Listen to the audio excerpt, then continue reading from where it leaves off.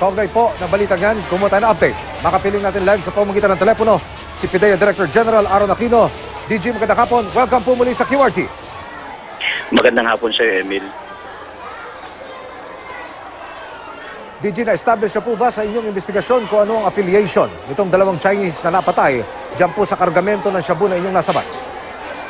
Well, tinitingnan pa natin kung anong affiliation itong dalawang to. Maybe they are chemists or maybe they are just repackers ng mga illegal na droga. So titignan natin to, Emil. Ito ay iano natin sa lahat ng ating investigasyon. No?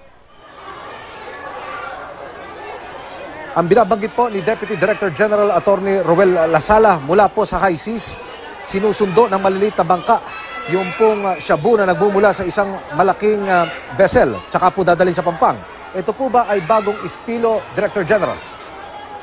Matagal ng estilo ito, Emil, noon pa ito. At sabi nga natin na itong seaport natin ngayon medyo pinaigting kasi ng PIDEA at Bureau of Customs ang ating mandates dyan sa area na yan. Kaya medyo nahihirapan silang magpasok, ganun din sa airport.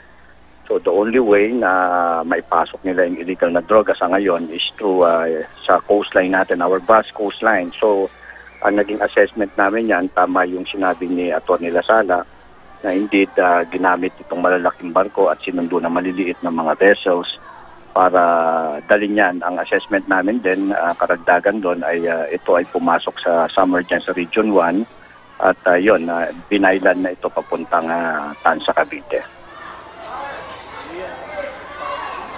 Paano po nakarating sa PIDEA ang tungkol dito sa warehouse, Director General?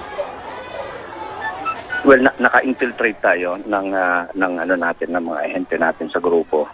At from there, nakuha na natin lahat ng mga modus nila.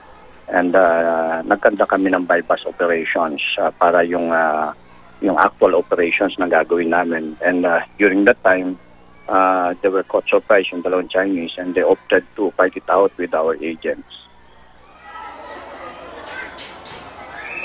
DG, malinaw, bagong shipment po ito. Hindi ito kabahagi o kaparte nitong pinaniniwalaan ninyong shabu shipment na isinilid sa magnetic lifter.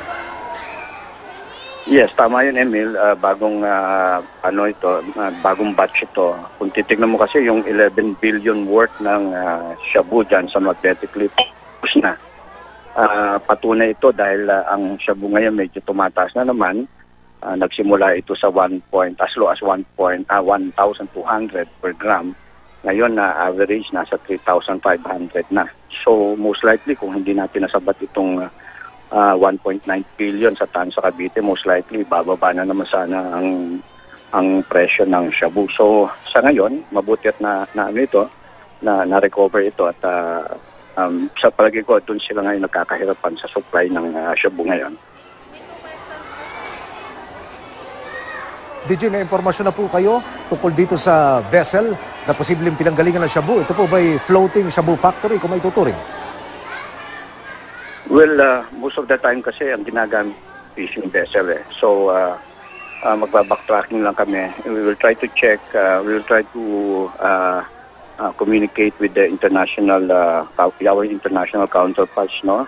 Titignan natin, baka makabigay sila ng information, especially yung mga other person of interest natin, yung mga Chinese na nakalabas na ng bansa at saka yung Span-Chinese na nandito sa loob. We also coordinate with Bureau of Immigration and we'll try also to check yung personality na may-ari ng warehouse.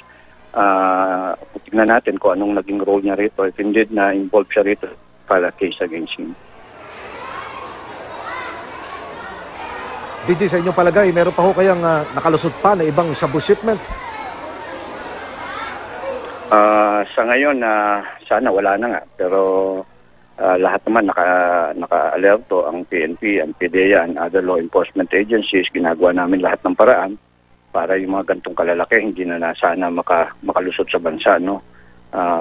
That's why we are coordinating special sa Armed Forces of the Philippines kasi wala naman tayong mga floating assets.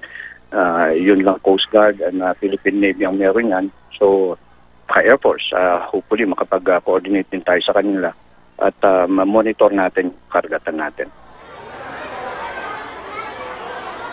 Baka puso ang hepe ng PIDEA, si Director General Aaron Aquino. DG, maraming salamat. Magandang hapon po. Magandang hapon, Sir Emil. Salamat.